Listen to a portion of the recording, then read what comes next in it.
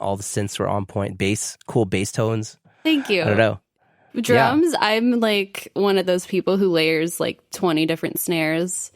So I just like, I don't know, I spend a lot of time going through sample libraries and like going through like songs too, just like songs that I'm referencing, and like spending an hour going through a sample library looking for that exact snare or for like that exact kick that I'm looking for. So it's a lot of time spent, you know, really honing in the sound that I'm going for and like nailing it in that regard. So I don't know, it's just a lot of stacking of samples. And as far as like synths and guitar tones go, I'm trying to think of what I use.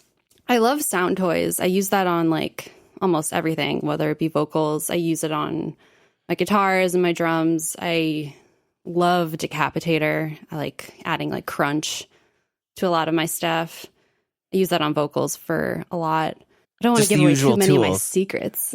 There's no secrets. We're all using the same equipment. You know what I mean? I know. Right. I mean, that's like the joke. The show is called Secret Sonics because we're trying to get to like the secret sauce of what people do. But true. There's no secrets really. It's everyone's just doing it in their own way, right? Like, yeah, everyone's discovering that thing, of course, and they're like, "Oh, this is awesome," and it's like, "Oh, everyone else uses that." Oh, okay. Yeah. No, I love it. What would you say is your trademark sound if you had to describe it yourself? I feel like I'm such a chameleon with my sound. I go back and forth between like grungy, alternative, shoegazy type stuff, and then also these like top 40 pop banger type sounds. But at this current state, I'm really loving blending synth pop with like Fleetwood Mac, Stevie Nicks inspired like pop rock type of sound. That's like where my EP direction is going in. I think that's like a sweet spot for me. But yeah, I've blended many genres in my music in the past, and like I feel like I can be comfortable in any genre at this point. But yeah.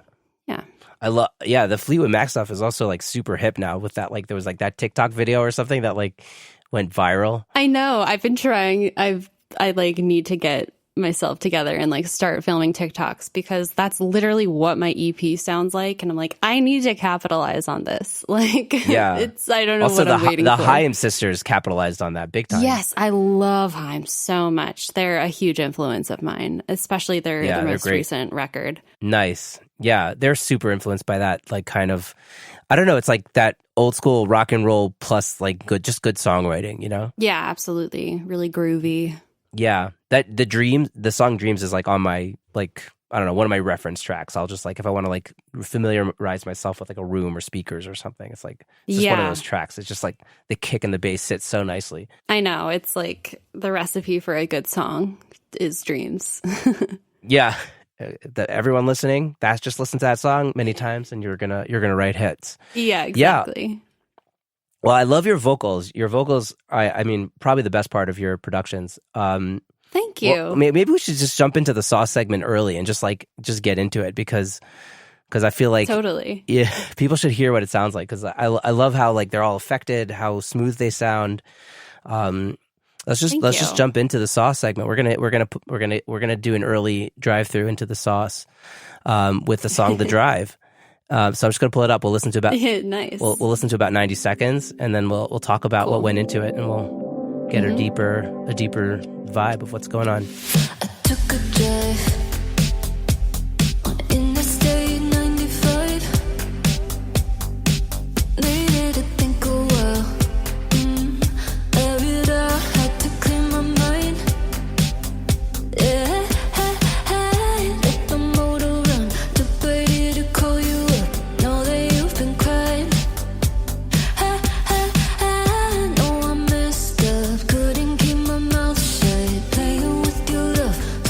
With your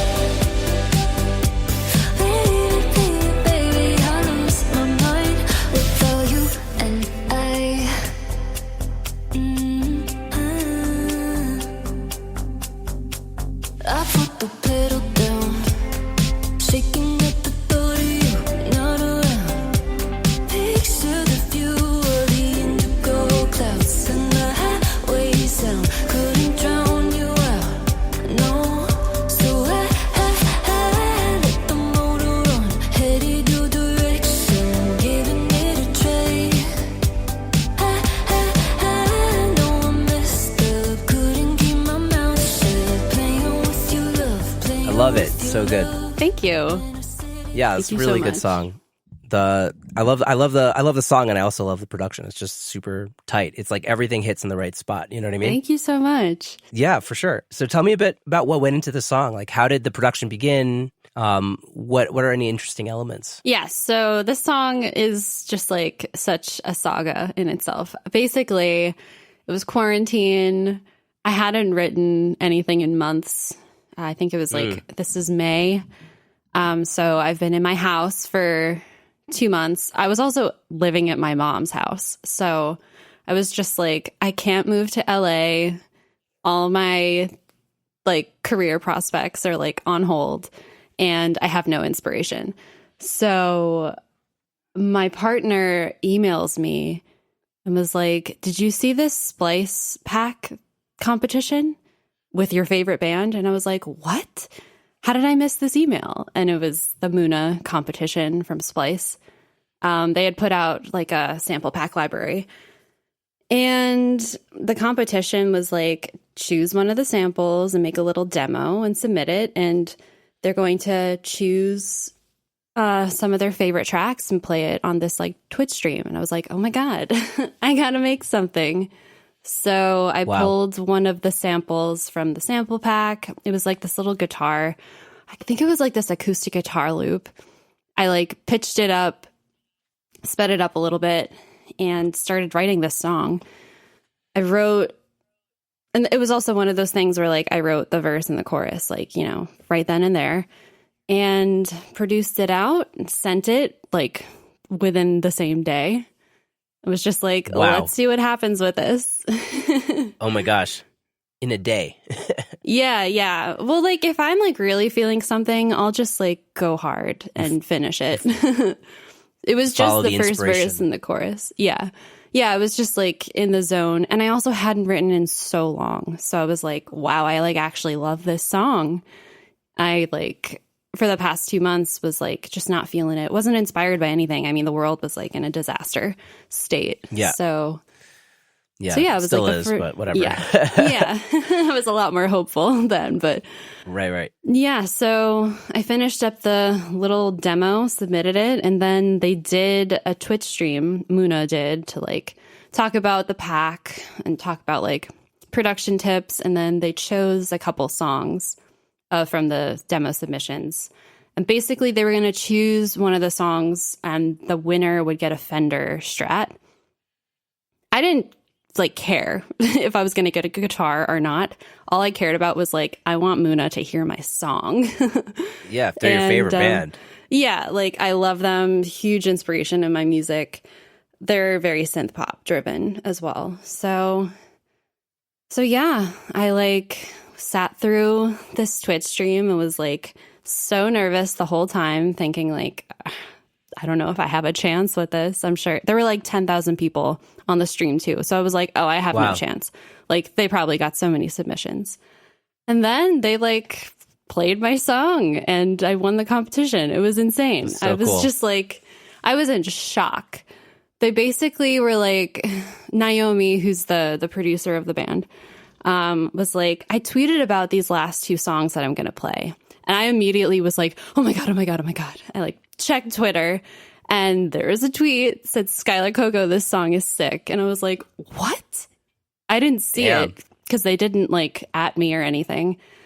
So this whole time, like I could have known they were going to play my song, but I found out literally like 30 seconds before it was played. And yeah, it was nuts. So they were like, this is criminal that the song is only like a minute, 15 seconds right now, because that's all I had. And I was like, I got to finish this song then. So when that finished up, I got the guitar, which is amazing. It's a beautiful guitar. And I was like, this is going to be my next single, I guess. So I finished up the song. There was not much that I had to do with it because it was like a pretty fleshed out production idea. So I just like copied over the second verse and expanded a little bit with like extra guitars and things like that. And yeah, became the single. I put it out in September, had a music video, did the whole thing for it. It was great.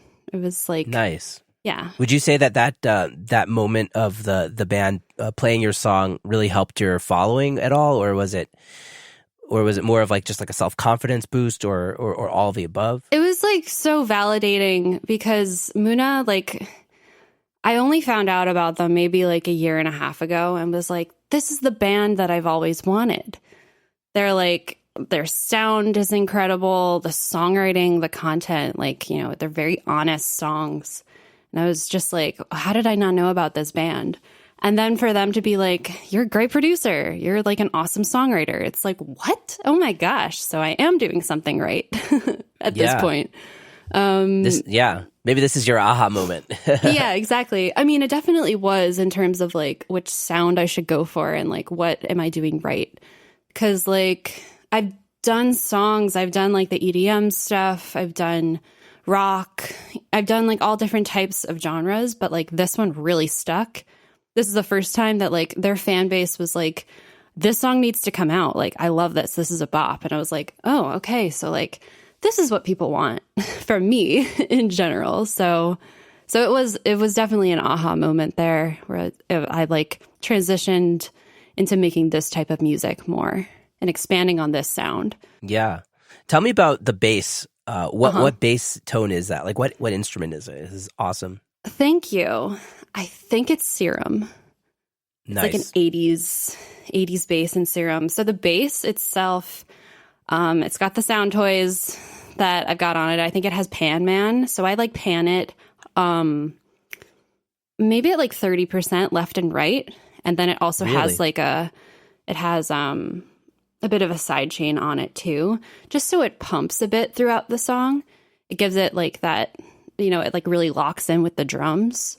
Yeah, and then it just has like that classic, you know, like 80s synth bass sound, I guess. Yeah, totally. Wait, tell me about your vocals. How do you track your own vocals? What's your method? They sound great. Thank you. That my partner, he vocal produced that with me. So a lot of my vocals, I'll track them by myself and I'll vocal produce, or like when I'm feeling not very confident about my voice, I will have my partner help me with them, with like engineering them. Because sometimes if I'm by myself, I will psych myself out and just be like, I sound terrible. What am I doing? But if I like am with someone else and like they're like, okay, let's get this taken, I'll nail it. I don't know what it is like in my brain where it's just like, I guess it's more like if I know that like I'm wasting someone's time, I'll just be like, you got to get this right now. Yeah. Whereas if I'm by myself, it's like, I don't know, I psych myself out a lot. But yeah, I totally hear that. But as far as vocal producing, I generally do it myself. I'm trying to think what is on this. I have like a crazy. You tracking this chain. at home, like like just like a home studio setup? Yeah, wow. Yeah, my bedroom studio. Yeah, that's how I've been doing it. Yeah. Do you have like acoustic treatment, or do you find like you're able to make it work no matter what? I have like a little panel around the mic, or like one of those like boxes. It's an enclosure. Yeah. Yeah, and it really works. I guess it does. I just moved, so I've been meaning to treat my room a little bit more. You know, I have to get like some panels on the corners of the ceilings. There's like a little bit of like a springy noise in here. But when you're singing up close, like you generally can't tell. But yeah, I've been doing it all in a DIY sense. Little